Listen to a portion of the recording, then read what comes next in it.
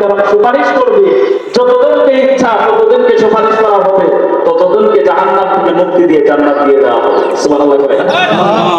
3 number হলো শহীদগণ, সুম্মা শুহাদা। শহীদরা ওলামায়ে কেরাম হওয়া সত্য নয়, নবী হওয়া সত্য নয়, ওলামায়ে কেরাম হওয়া সত্য নয়, নবী হওয়া সত্য নয়, শহীদ ব্যক্তি সুপারিশ করবে, আর তাদের সুপারিশ গ্রহণ করে আল্লাহ তাআলা অসংখ্য অগণিত মানুষদেরকে জাহান্নাম থেকে মুক্তি দিয়ে জান্নাতে প্রবেশ করাবেন। সুবহানাল্লাহ। এখন তো সাহাবী ঘটনা মনে আছে, ওই সাহাবী তো আশ্চর্য হয়ে গেলেন, এত মর্যাদা শহীদের।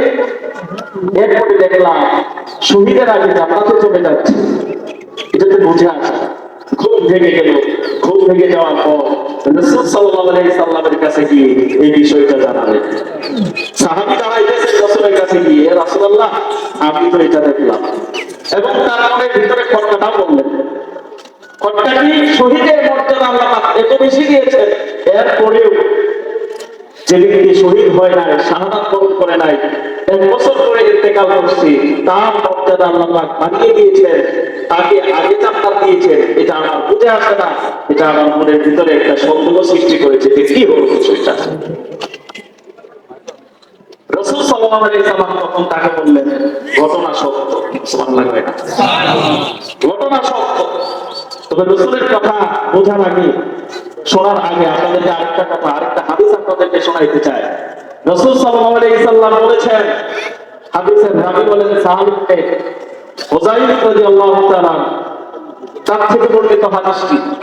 তিনি বলেন, আল্লাহ নবী সাল্লাল্লাহু আলাইহি ওয়াসাল্লাম বলেছেন এই কথা, কোন ব্যক্তি যদি, কোন মানুষ যদি মনের ভিতরে এতটুকু আশা আকাঙ্ক্ষা থাকে যে আল্লাহর রাস্তায় শহীদ হব, আল্লাহর দিনকে, আল্লাহর কালিমাকে উচ্চার করতে গিয়ে আমি আমার কালিমা, আমি আমার পরিচর্যা ধারণ করে ঢেলে দেব, এতটুকু মনে আশা নিয়ে যদি জিহাদের ময়দানে জিহাদের কাম করে চলে যায়, আর ব্যক্তি যদি শাহাদাত বরণ নাও করে স্বাভাবিকভাবে ইন্তেকাল হয়ে যায়, তাহলে স্বাভাবিকভাবে ইন্তেকাল হওয়ার কারণে, তার নিয়ত খালেস থাকার কারণে, তার নিয়তকে খালেস করার কারণে উক্ত ব্যক্তি শহীদের মর্যাদা লাভ করবে। আর একটু আমার দিয়ে বলেন না সুবহানাল্লাহ। এখন শুনেন রাসূল সাল্লাল্লাহু আলাইহি সাল্লাম হাদিসের মধ্যে কি বলেন। ওই সাহাবীকে বলেছেন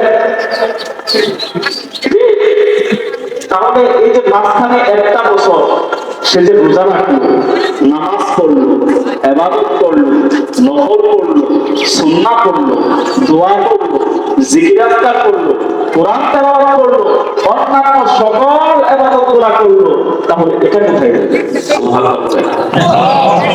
কারণ দুজন একসাথে ইসলাম গ্রহণ করেছে, দুজন একসাথে জিহাদের কাম করে চলে গেছে, দুজন একসাথে নিয়ত করেছে।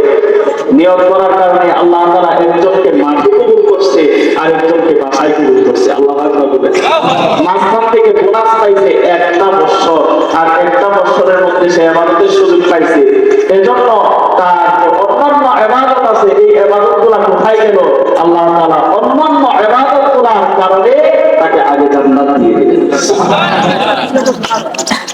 এবার বলেন, আমরা এই যে 1টা মাস তুলনামূলকভাবে যারা আমাদের সাথে গত বছর ঈদ করছে, যারা আমাদের সাথে রোজার প্রথম দিন পর্যন্ত ছিল, কিন্তু পরে আস্তে আস্তে তারা চলে গেছে, আল্লাহ পাক নিয়ে গেছেন, তাদের তুলনায় হায়াত যে আমাদেরকে লম্বা করেছেন, এটা কি আমাদের জন্য বোনাস নয়?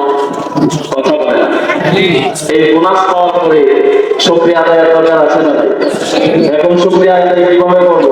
বাসায় গিয়ে ডেস্কটা খুলে ডেস্কের বাজিয়ে নাচবো, গানবো, ইনশাআল্লাহ।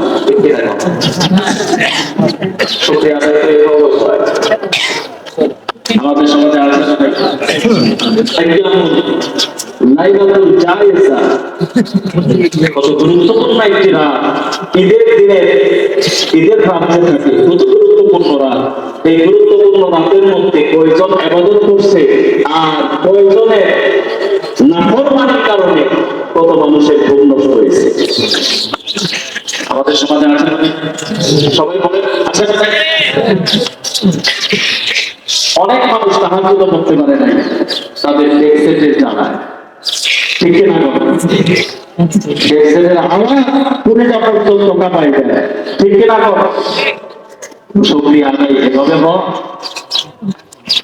ঈদ কি এভাবে হোক। এই ঈদ এখন আমরা মূল আলোচনায় আসি।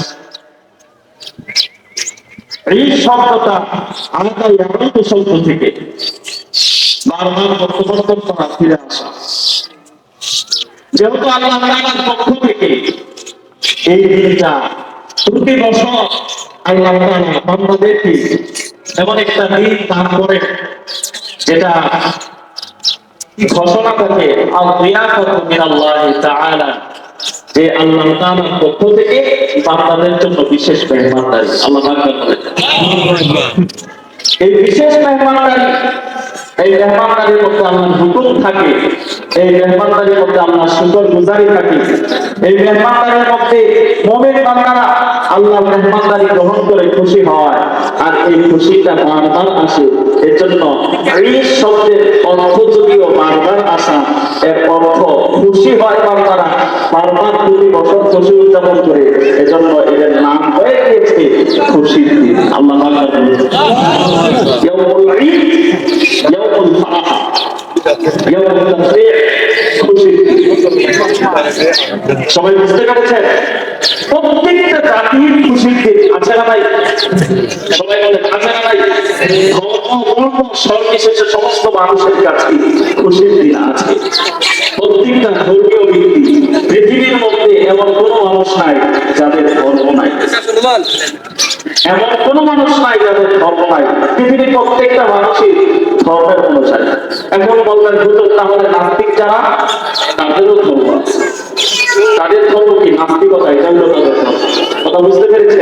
যারা নাস্তিক তাদের ধর্ম হলো আল্লাহকে না মানা, আল্লাহকে না মানা, এটা হলো তাদের ধর্ম। এছাড়া অন্যান্য ধর্মাবলম্বী যারা আছে তাদেরও দিবস আছে, দিন আছে, তারাও দিবসের দিনে তাদের খুশি উদযাপন করে, মুসলমানেরাও খুশি উদযাপন করে। কিন্তু তাদের খুশি উদযাপন আর আমাদের খুশি উদযাপন, এই দুইটার মধ্যে পার্থক্য আছে না নাই? আমার দিয়ে বলেন সবাই। বুখারী শরীফ 3931 নম্বর হাদিস, বিশ্বনবী সাল্লাল্লাহু আলাইহি ওয়াসাল্লাম বলেন, লিকুল্লি কওমিন ঈদা, প্রত্যেকটা জাতি, প্রত্যেকটা সম্প্রদায়ের ঈদ আছে, খুশির দিন আছে। ওয়া হাযা ঈদুনা, এই যে ঈদুল ফিতর, এটা হলো আমাদের খুশির দিন। আল্লাহু আকবার। প্রত্যেকটা জাতি তাদের নিজ নিজ মতাদর্শ অনুযায়ী খুশি পালন করে। কিছু জাতি তো আছে উদাই লাগানো, অযথা লাগানো, চিল্লাপাল্লা করা, এটাই হলো তাদের খুশির দিন। আচ্ছা না ভাই? কিছু আছে, কিছু জাতি আছে বিশেষ দিনের মধ্যে তারা বিশেষ একটা স্ট্যাচু বানায়, আর ওই স্ট্যাচুর মধ্যে তারা মারধর করে ওই স্ট্যাচুকে তারা ভাসিয়ে দেয়, পুড়িয়ে দেয়, শেষ করে দেয়। এটা হলো তাদের খুশির দিন। এরপরে আবার স্ট্যাচু পুরানোর পরে, স্ট্যাচু পানিতে ভাসিয়ে দেওয়ার পরে আবার কান্নাকাটিও করে। এটা নাকি তাদের খুশির দিন। কিন্তু মুসলমান যারা, তাদের খুশিটাই হয় ভিন্ন। তাদের খুশি হয় কেমন? তাদের খুশি হয় যে পুরো পৃথিবী, আকাশ বাতাসকে আল্লাহ তাআলার গুণ কীর্তন গেয়ে গেয়ে আকাশ বাতাসকে ভারী করে দিয়ে তারা তাকবীর উচ্চারণ করে আল্লাহু আকবার, আল্লাহু আকবার, লা ইলাহা ইল্লাল্লাহ, ওয়াল্লাহু আকবার, আল্লাহু আকবার, ওয়ালিল্লাহিল হামদ। চিল্লায় বলেন ঠিক কিনা? মুসলমানেরা খুশি উদযাপন করে ঘর থেকে শুরু করে দেয়, ঘরের মহিলারা রমণীরা পর্যন্ত এই তাকবীর পড়তে থাকে, শিশুরা পর্যন্ত এই তাকবীর পড়ে, আর মুসলমানেরা তাকবীর পড়তে পড়তে ঈদগাহে আসে, তাকবীর পড়ে, তাকবীর দিয়ে তাদের রবের সান্নিধ্যে চলে যায়, সেটায় চলে যায়, সেখানেও তাকবীর পড়ে, তাসবিহ পড়ে। আর যে মহান রব এত নিয়ামতগুলো দিলেন, সেই মহান রবের নিয়ামতের শুকর 2 রাকাত নামাজের মাধ্যমে আদায় করে। চিল্লায় বলেন ঠিক কিনা? এটা হচ্ছে মুসলমানের ঈদ।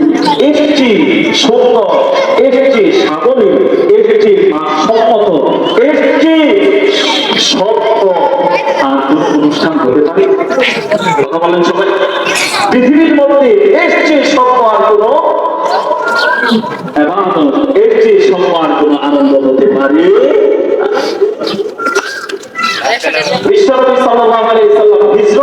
যখন মদিনায় গেলেন,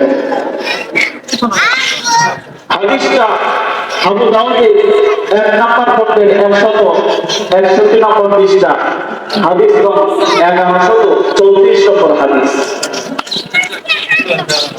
আল্লাহ নবী সাল্লাল্লাহু আলাইহি সাল্লাম যখন মদিনায় হিজরত করে গেলেন, যাওয়ার পরে দেখলেন সাহাবায়ে কেরাম 2টা দিনে তারা বিশেষ ভাবে তারা খেলাধুলা করছে, আনন্দ উল্লাস করছে, ছোটাছুটি করছে, তারা আনন্দ উল্লাসে মেতে আছে। বিশ্বনবী মুহাম্মদ আরবি সাল্লাল্লাহু আলাইহি সাল্লাম বললেন সাহাবীদের, মা হাদাল ইয়ামান, এই 2টা দিন বন্দি, যে 2টা দিনে তোমরা এমন ভাবে হাসি তামাশার মধ্যে আছো, এমন ভাবে তোমরা খুশি উদযাপন করছো, এটা কোন 2 দিন? আল্লাহ নবী সাল্লাল্লাহু আলাইহি সাল্লামের সাহাবীরা বললেন, ওগো নবীজি, নালআবু ফীহিমা ফিল জাহিলিয়া, ওগো নবীজি, এই 2টা দিনে জাহানি জামানার মধ্যে, অন্ধকার যুগের মধ্যে, জাহালতের মধ্যে আমরা যখন ছিলাম, এই 2টা দিনে আমরা আনন্দ উল্লাস করতাম। আল্লাহ নবী সাল্লাল্লাহু আলাইহি সাল্লাম তখন বললেন, সাহাবীরা সুসংবাদ গ্রহণ করো, قد أبدلكم الله بها خيرا منها। আল্লাহ রাব্বুল আলামিন তোমাদেরকে এই 2টা দিবসের পরিবর্তে উত্তম 2টা দিবস দান করছেন। সুবহানাল্লাহ। সবাই কোন 2টা দিবস? কোন 2টা দিবস? আল্লাহ নবী সাল্লাল্লাহু আলাইহি সাল্লাম বলেন, মিনহুমা ইয়াউমুল আযহা ওয়া মিনহুমা ইয়াউমুল ফিতর। আল্লাহ নবী বলেন, এই 2টা দিনের একটা হলো ইয়াউমুল আযহা, কুরবানির দিবস, আরেকটা হলো ইয়াউমুল ফিতর, রমজান মাসের রোজা শেষে ইফতারের দিবস। সুবহানাল্লাহ। আল্লাহ নবী সাল্লাল্লাহু আলাইহি সাল্লাম এই 2টা দিবস দিলেন। এই 2টা দিবস তাদের জন্য, এই 2টা দিবস ওই সমস্ত ব্যক্তির জন্য যারা এই খুশিগুলো পাবে, ওই সমস্ত ব্যক্তি যারা আল্লাহর হুকুম একটা মাস সুন্দরভাবে পালন করছে, যারা একটা মাস কোরআন তেলাওয়াতের মাধ্যমে কাটিয়েছে, যারা একটা মাস আল্লাহ তাআলার জিকির আজকারের মাধ্যমে কাটিয়েছে, যারা একটা মাস তারাবি নামাজের মাধ্যমে কাটিয়েছে, যারা একটা মাস আল্লাহ তাআলার কাছে দোয়া অবস্থায় কাটিয়েছে, নিজের গুনাহগুলো মাফ করিয়ে দিয়েছে, আজকে খুশির দিন ওই সমস্ত ব্যক্তির জন্য যাদের জিন্দেগির সমস্ত গুনাহগুলো মাফ হয়ে গেছে। সুবহানাল্লাহ। আর যাদের সারা মাস রমজান মাস পাওয়ার পরে চিপায় চাপায় উলিতে গুলিতে পুকুর আছে, চিপায় চাপায় উলিতে গুলিতে মানুষ দেখে পানি নিয়ে পানি পান করছে, ওদের জন্য আজকে খুশি নয়। দেখবেন আমাদের সমাজের মধ্যে এই শ্রেণীর মানুষগুলা আমাদের চেয়ে বেশি খুশি উদযাপন করে, ঠিক কিনা? আমি কি বলতেছি? কষ্ট পাচ্ছেন আপনারা? আলোচনা বলতে পারে না, দেখবেন তারা বেশি খুশি উদযাপন করে, আর তাদের খুশির কারণে মসজিদে ঠিক মতো নামাজ পড়া যায় না। আমি কি মিথ্যা বললাম? চরম বাস্তবতা কিনা? আমাদের সমাজের মধ্যে যে সমস্ত ছেলেমেয়ে আছে, যুবক যারা আছে, তোমাদেরকে বলছি, তোমাদের রক্ত তো টকবক, তোমাদের রক্ত সবসময় গরম, তোমাদের মাধ্যমে দিনের যত কাজ হবে, এই যে মুরব্বীদেরকে দেখছো, এদের মাধ্যমে এত বেশি কাজ হয় না, ঠিক কিনা? মুরব্বীরা রাখা বলার কিছু নাই, আপনারা দিনের কাজ করে করে মুরব্বী হয়ে গেছে। আপনারা তো একটা সময় আমাদের মতো ছিলেন, দিনের কাজ করছেন, দিনের কাজ করে করে এসে এখন আপনাদের দাড়ি সাদা হয়ে গেছে, লাল হয়ে গেছে, আপনারা এখন মসজিদমুখী হয়ে গেছে। তা আপনারা দিনের কাজ করেছেন, যুবকদেরকে বলবো, আমাদের মুরব্বীদের থেকে শিক্ষা নিয়ে আমাদের রক্ত কন্ট্রোলে রেখে, আমাদের রক্ত কন্ট্রোলে রেখে দিনের কাজ বেশি বেশি করা দরকার আছে না? আমার যুবকদেরকে বলবো, না ভাই অনেক করেছো, আর চিন্তা পাল্টা নয়, এখন একটু আসো সালউদ্দিন জিয়াদের মতো, মোহাম্মদ বিন ফাত্তাহের মতো, সালেহের মতো, সালাউদ্দিন আইয়ুবের মতো দিনের কাজ করা যায় কিনা? তারাও যুবক ছিল, তারাও